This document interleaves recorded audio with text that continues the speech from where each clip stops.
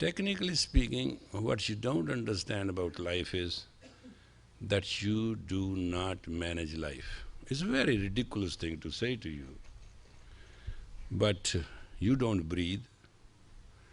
Your 30 trillion cells, 10 trillion cells dancing into 30 trillion cells, change in 72 hours, you don't manage them. Your blood goes through your veins and artery. Do you do rotor-rooter once in a while? That's angioplasty if needed be. Normally every day you don't do a thing. Your life is 80% automatic. It's run by the unknown. 10% is objective, where you participate right, and 10% is subjective, you participate wrong. So 10% cut down 10%, so 80% automatically goes on. And that's a fact. Mostly you are blinded by your emotions. Because once you are emotional, you can't judge a situation. Your assessment is wrong. You're not realistic. Like a mother. If the child is crying, doesn't matter what other important thing she is doing, she is into the child. You understand what I mean? It doesn't matter what is happening. And suppose a man in an office is having a very important conversation. Doesn't matter what happened in the room even, he's into that conversation. Exactly, they call it meditation. And meditation is nothing when you concentrate your idea of mind into creative thought of whatever kind it is. And that is life. As far as I'm concerned, when I landed in Los Angeles, I had a polka dot red pink turban and a strapped pant and a shirt you will never believe. And I tell you how much I knew. One day I went to clean my shirt in the laundry, and they told me if I put 25 cents and shirt and that thing, that some kind of powder kind of thing into it, and leave it there, then pull it out and put in a dryer and it'll be clean. I thought easy. So I went there and I put that. Machine was very kind to me. When machine stopped, I had a big pulp in my hand. There was nothing. I don't know what happened. Either that powder was too much or the machine ate it up. So I came without shirt in my undershirt back, and they said, what happened? I said, the machine cleaned it permanently, my shirt. As far as food is concerned, we were always provided somehow or the other. And it used to be on time. Now it is not. Try to understand that. Now sometimes I have to yell and scream, come on, bring, I'm hungry, I need a food. At that time it was never a chance. It was on time. So certain little things started happening in a very unique way with all of you. All of you who have left, who are with me, or who shall be with me, or who shall leave me. They were all very important to play a role in forming the 3HO, a lifestyle of the age of Aquarius, a lifestyle where human shall be nothing but purely human first and will do everything graciously around itself. And that was my idea. My idea was actually what provoked me to come here was not actually America and American dollars, to be very honest, and not you and your environments. I was very well settled. There was nothing to it. What provoked me to come here was that I did not somehow wanted to go to Russia. It used to be a Soviet Union. And it was a very beautiful plot in which I was going to be put in, because the knowledge I have, nobody has. So they wanted me to get to that. So I thought, it's better to run to Canada. So I had good contacts. I knew the ambassador. He used to be called High Commissioner. And we managed, and I resigned, and very fast I left. I came to Canada. And in Canada it didn't work out much because it was very cold. But in 2 months or some days I remained in Canada, I hit the front page of Globe and Mail, which is their biggest paper.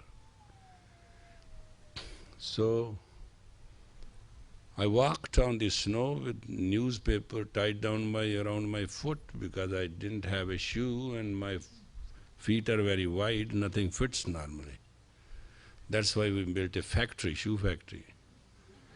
I mean, it's not that we have been not real cautious about things, lest they may not happen. I am very rich, I am very grateful, and you are part of that richness. That's my real richness. But believe me, as I came with nothing, I shall leave with nothing, and I own everything as nothing. It shall belong to the generations to follow and generations to come. And I've just played a role as a custodian and a caretaker. I've taken ownership with a great perfection, and my basic idea is very simple. Don't let down anybody, don't let down yourself, and don't participate directly or indirectly in any letdown, even in conversation. That's the practice I have. And second is I do two things. I'm very straight and simple, and when I'm diplomatic, and it's unfortunate for the other person, I say it with a smile. But when I am teacher, I am very, very rude. I can chisel a person to death, because then it's my fight against the misfortune of the other person, and I can see it. To me, it is slaying the dragon, and I don't hesitate to do it. So, when I'm very cruel, it's a very simple system. There's no relationship between stone as a chisel, and that's the relationship between a student and a teacher. And you may not understand as Western what a teacher is. Teacher has no investment in his own life and his environments and in his greatness except a great student of tomorrow. You must understand that. Teacher greatness is not how great teacher is. Teacher grace is not how vast he is. Teacher greatness is not how happy and wealthy and how many people serve him and how many people adore him and how many people like him and how people dislike him, how powerful he is. That all I am. That doesn't make any sense. The only sense which makes to a teacher is, will there be a teacher tomorrow which will be 10 times better than me? That is all what it matters.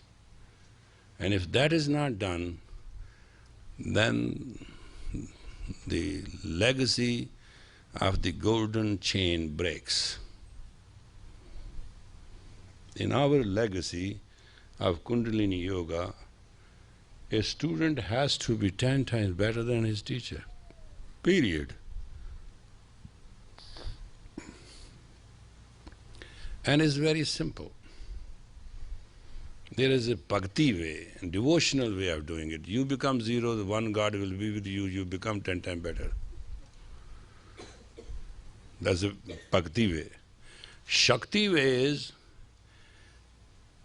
resurrect your consciousness through the system and participate personally with everything and decide everything impersonally. That's another way. Participate personally, very personally, but decide very impersonally. Because when you personally decide something, you are the worst sinner and ugliest and dirtiest human being on the earth. because you took away somebody's personality which was given to that person by God, and you have directed that personality for which you have no right. Do you understand how many times we do these blunders, that we interfere in people's life personally?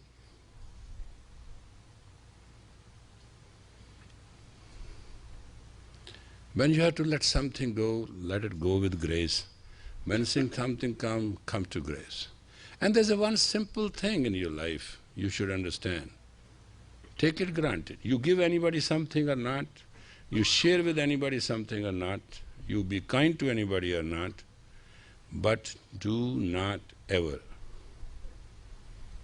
do not let your grace fall apart. And there's a simple formula for it.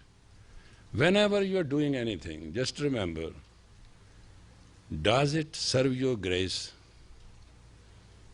or it doesn't? If it serves your grace, that's fine. If it serves somebody's grace, it is wonderful. If it serves nothing, don't participate. You did not create anybody. God is creation of all. And if you cannot see God in all, you cannot see God at all. Wrong and right is a matter of judgment. There's nothing good, nothing bad. Thinking make it so. And it's a stimulated thinking. Certain things we don't like, certain things we like, certain things are good, certain things are not good. And certain things happens, and there are majority of the things which are beyond human conception and control. Try to understand that. Because your life has to move. Life is a momentum. It is a biorhythm. And it has a fear of placement and displacement. And until you are not above it, you cannot but suffer. Suffering doesn't come from any quarter. Suffering is yours. God has given you length. Life is to create width equally with that length. If you cannot do it, there's no way that you can survive in your life happily. That's why we started healthy, happy, holy way of life. And that is, folks, became 3HO. It is a dream come true. It was a very pure path in which there was no human worship, but every human was worshipped equally. There was no teacher. Everybody was to be a potential teacher. There was no yes and no, but there was a set discipline to follow. Sometimes you may understand why our discipline is so strict. I'm very sorry to tell you, it's a very simple gimmick which you should know very clearly. Life is X amount of energy, and if it's not channeled properly, you will never cross the channel. And when you are making life left and right, and it becomes exhausting, then a lot of things are very difficult to understand. Majority of the people are very numb. They have no feelings. They are so numb. What they hear, they don't hear. What they see, they don't see. What they feel, they don't feel. They are like volcanoes. Their inner emotions are broiling them, and that's all they know. Am I insulted? Am I not insulted? Am I respected? Am I not respected? Am I liked? Am I not liked? I'm real? I'm not real. Somebody loves me? Nobody loves me. Am I lonely? Anybody? It is such a fluke that all the beauty and joy of life which is meant to be enjoyed is wasted in these wasteful thoughts. Why? Because these people are very, very far away from God. They do not understand a simple rule of the thumb that this planet belongs to God and everything on this planet belongs to God, including their existence. So whatever happens, good or bad, is all God's will.